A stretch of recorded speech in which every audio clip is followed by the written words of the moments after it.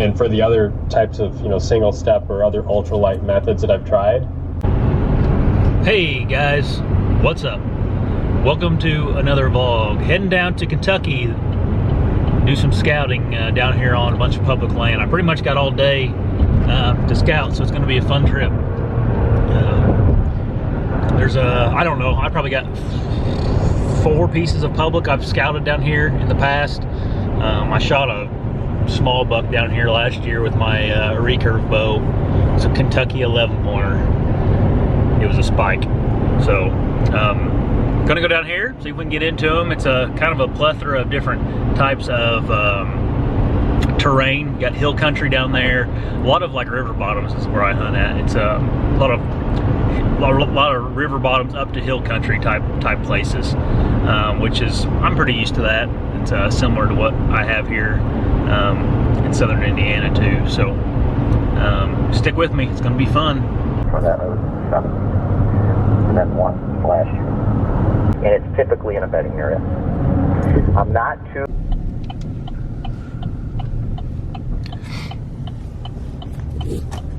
Does anybody else have the same problem? Every time they go buy Cabela's, they have to stop and spend an hour of their time walking around the bargain cave and looking for some good deal that doesn't exist in Cabela's. We were talking about that in the drive up here, that buck that my son shot. That was a pretty good buck. And Gross. I don't care for snakes at all.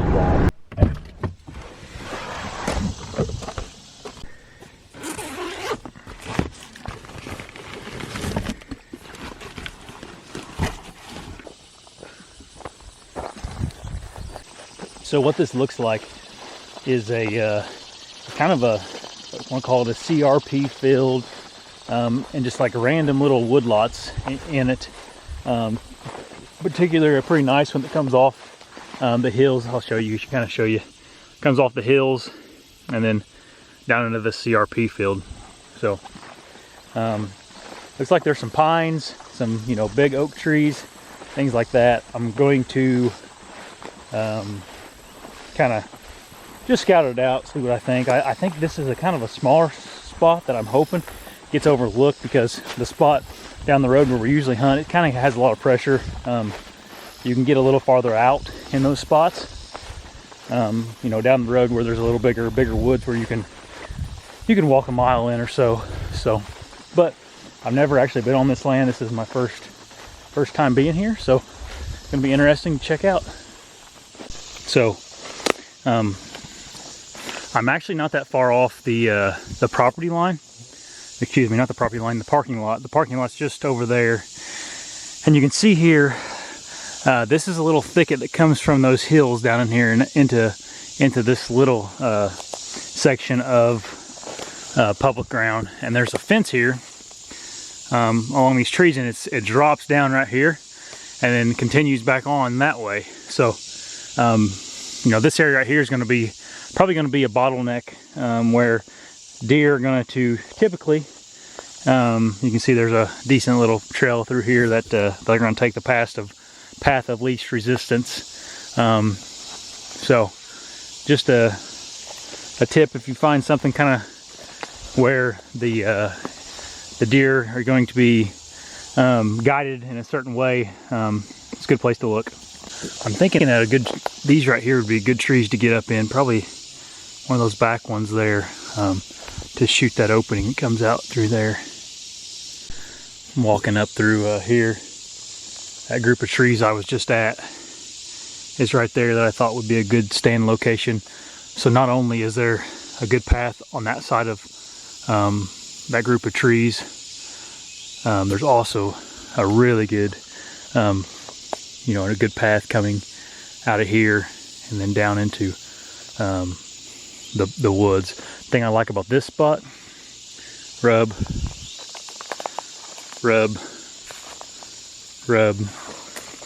so it's thick enough in here, and this is close enough to the road where I bet a lot of people overlook this area. I just jumped something right here. Anytime you jump something, go and look and see where it was bedded at and reevaluate it. Look at this bed.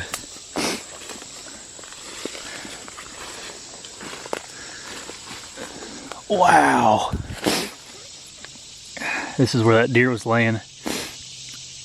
That's an awesome bed. Looking to see if there's any markings. I can see hair all over it. So that's definitely where that deer was laying. You guys can see.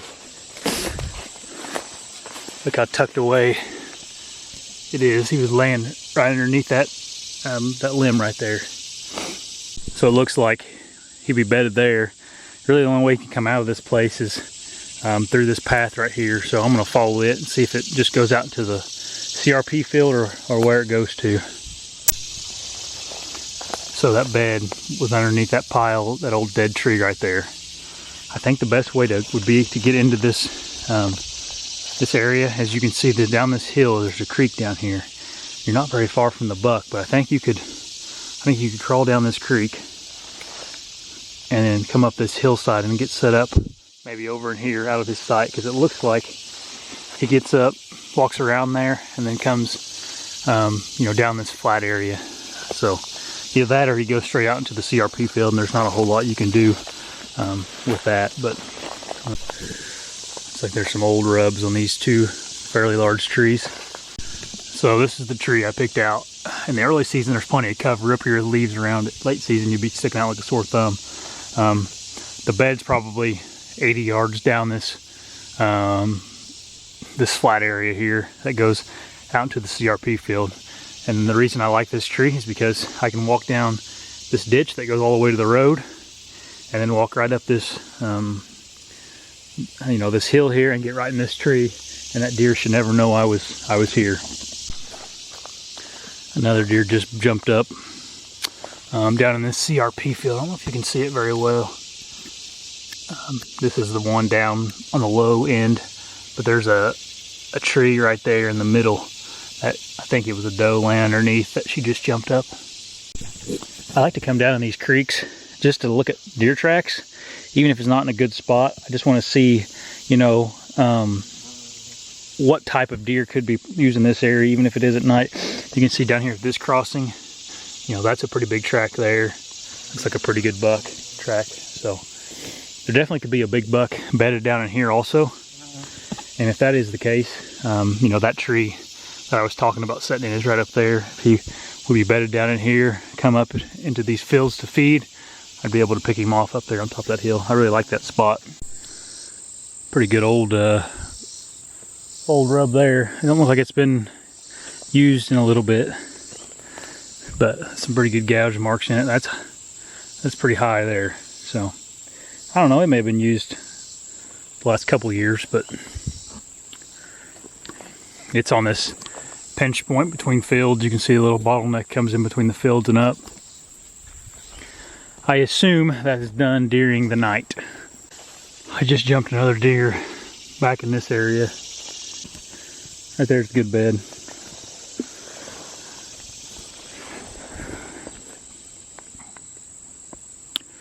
There's also one back in there that I bet that deer was bedded in.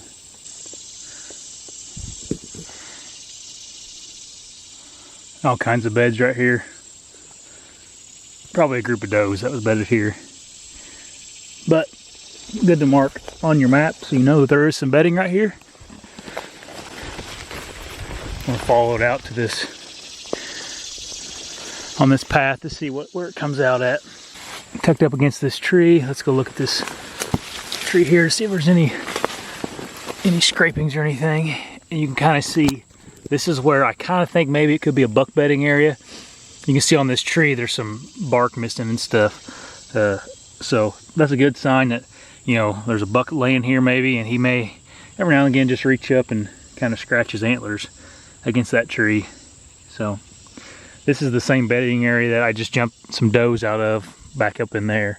So you can see on my Onyx here, I marked where I'm at right now, and there's really good trails coming out of all these little fingers that meet up here in this one central location. So I marked that on the map there.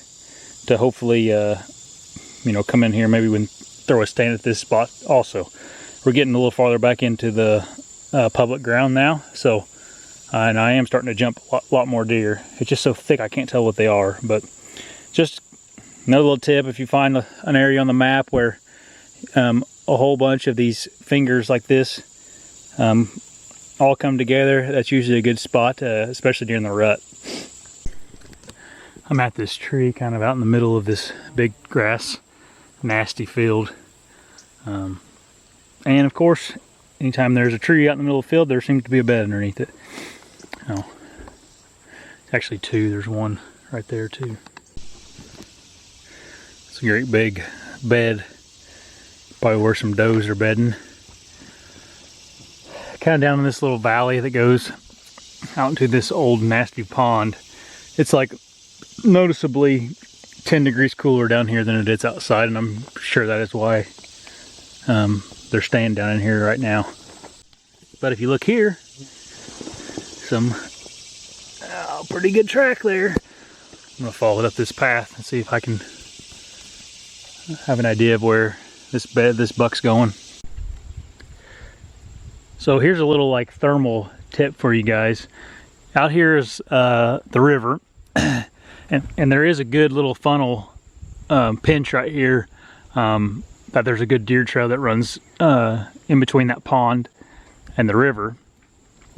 But in the evening time, what's going to happen is if you're setting on this side of the trail, your thermals are going to suck back down into this river. Okay. However, though, if you happen to set up to where a deer is going to be between you and this river, more than likely those thermals are going to suck down, and that deer is going to be able to smell you through the thermals. So a lot of times you can even have a wind that's blowing this way away from the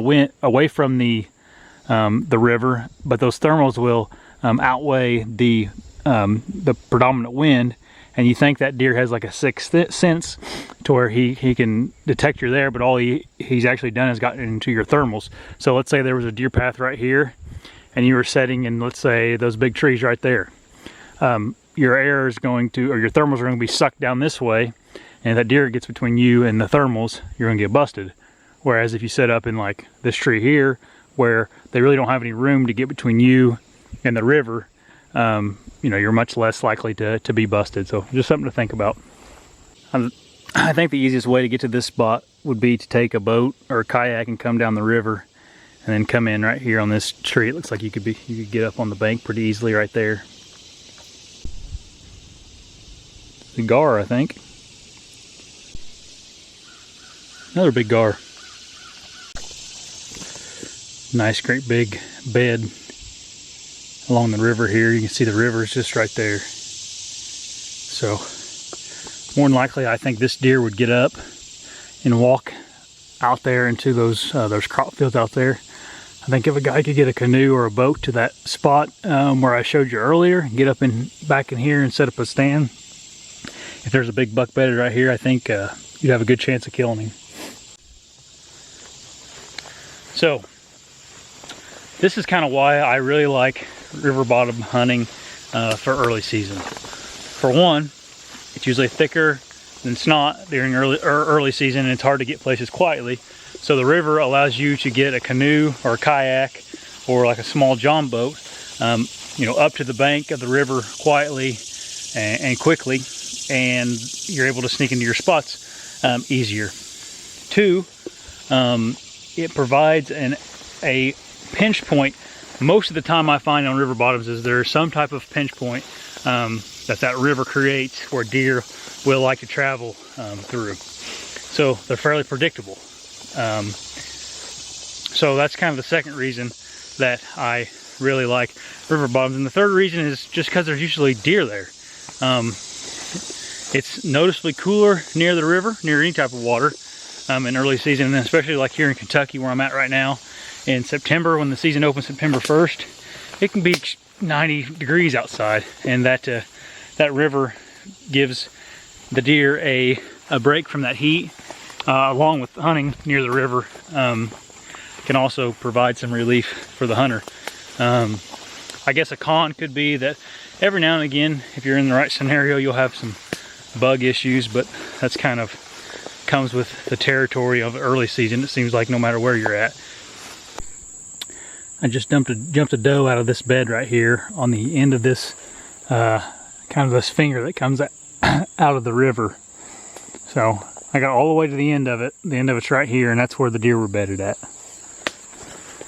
A lot of people think that deer bed in the nastiest, thickest middle of cover, and just typically not what I see. I see they'll be on the edges of the thick cover. They'll be on fence rows where they can watch a lot of area and they can smell a lot of area. So just keep that in mind. A lot of times, you know, if you think you got a good bedding area, you probably do, but those big bucks may be a little closer to you than what you think. They may not be back in the nastiest, thickest stuff.